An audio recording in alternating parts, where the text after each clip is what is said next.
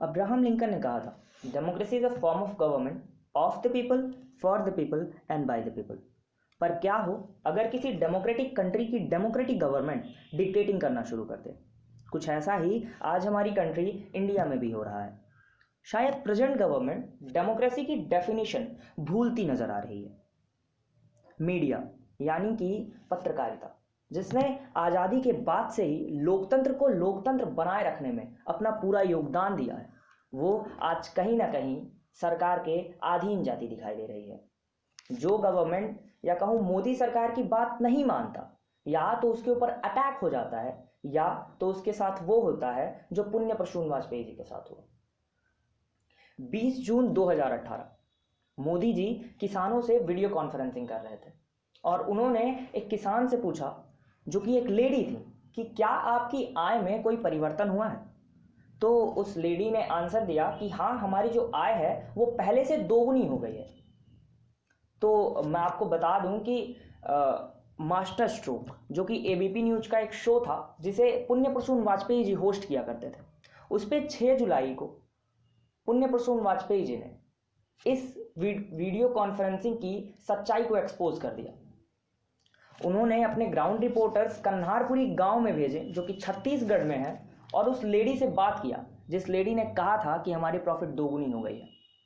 Ground reporters ने जब उनसे पूछा कि क्या सच में आपकी जो आय है खेती से वो दोगुनी हुई है, तो जो लेडी थी जिनका नाम चंद्रमणि था, उन्होंने सीधे तौर पर मना कर दिया। उन्होंने कहा, नहीं, हमारी आय में कोई परिवर्तन नहीं आया है।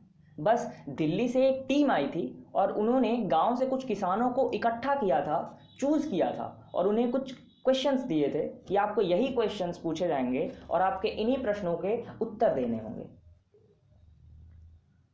तो ये जो पूरा झूठ का एक्सपोज था वो शायद बीजेपी को बर्दाश्त नहीं हुआ। पुण्य प्रसून वाजपेयी जी ट्रॉल होना शुरू हो गए। कई मंत्रियों ने ट्वीट किया कि कुछ लोग हमारे देश के प्रधानमंत्री को सपोर्ट नहीं करते और उन्हें डिसफेम करने की कोशिश कर रहे हैं। और बात यहीं तक नहीं रुकी। जब भी हम एबीपी न्यूज 9 से 10 मास्टर स्ट्रोक को खोलते थे तो हमें कुछ टेक्निकल ग्लिचेस देखने को मिलती थी उस समय। मैं मानता हूं ये टेक्निकल ग्लिच हो सकती है, पर ऐसा नहीं था। आईएनबी मिनिस्ट्री द्वारा यह सब कुछ किया जा रहा था। और एक समय ऐसा आया जब पुण्य प्रसून वाजपेयी को उनके चीफ डायरेक्टर ने कहा कि आपको अब अपने शो में प्रधानमंत्री जी का नाम नहीं लेना है। और कुछ समय बाद यह भी आदेश आया कि आपको अब अपने शो में प्रधानमंत्री जी का चेहरा भी नहीं दिखाना है।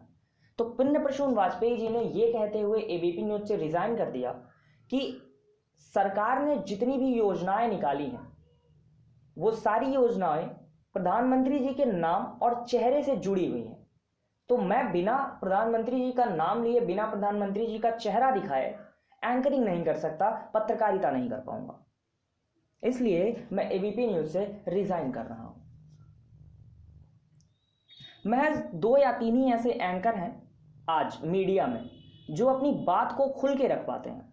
एक रवीश कुमार जी, एक पुण्य प्रसून वाजपेयी जी और एक अभिषार शर्मा जी, जिसमें से आज के समय में आप केवल रवीश कुमार जी को एनडीटीवी पे देख सकते हैं। और ये तो रही एक नेशनल टीवी की बात, ऐसा पहली बार नहीं हुआ था। इस तरह का वाकया मीडिया वन के एक रिपोर्टर विनेश कुमीरमन के साथ भी हुआ था।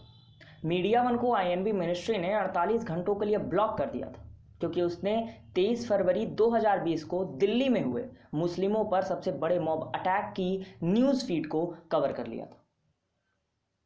और यहाँ पे हमारी जो मीडिया है उसकी स्वतंत्रता ध्वस्त होती हुई दिखाई पड़ी। और एक मीडिया या फिर ये कहें कि एक पत्रकारिता ही ऐसी स्तंभ नहीं है जो कि डेमोक्रेसी को डेमोक्रेसी बनाए रखता है। एक और स्तंभ है जो डेमोक्रेसी को डेमोक्रेसी बनाती है, और वो स्तंभ है ऑपोजिशन। जब कंट्री में रूलिंग पार्टी के अपोजिट में ऑपोजिशन पार्टी ताकतवर होती है तब रूलिंग पार्टी डिक्टेटिंग नहीं कर सकती। पर आज के समय में India needs a strong opposition. क्यों? क्योंकि जो ऑपोजिशन का प्रमुख चेहरा है यानी कि राहुल गांधी जी, उनकी सेंसलेस स्पीचेस और उनकी हरकतें टाइम टाइम पे कांग्रेस को ट्रोल करवा देती हैं और लोगों को ये एहसास करा देती हैं कि ये जो ऑपोजिशन है वो किसी काम का नहीं। मैं आपको एक उनकी स्पीच का एक सेंसलेस वाक्य अगर बताऊं तो वो भ्रष्टाचार और बलात्कार जैसे मामूली शब्दों में कंफ्यूज हो गए थे। वो मध्य प्रदेश में एक वुमेन्स रैली को संबोधित कर रहे थे जब उन्होंने बलात्कार की जगह भ्रष्टाचार बोल दिया था, और इसने पूरे राजनीति में उनकी थू थू करा दी थी। सो कांग्रेस नीड्स अ लीडर जो कि ऑपोजिशन में खड़ा हो सके और अपनी बातों को दमदारी से रख सके। Thank you.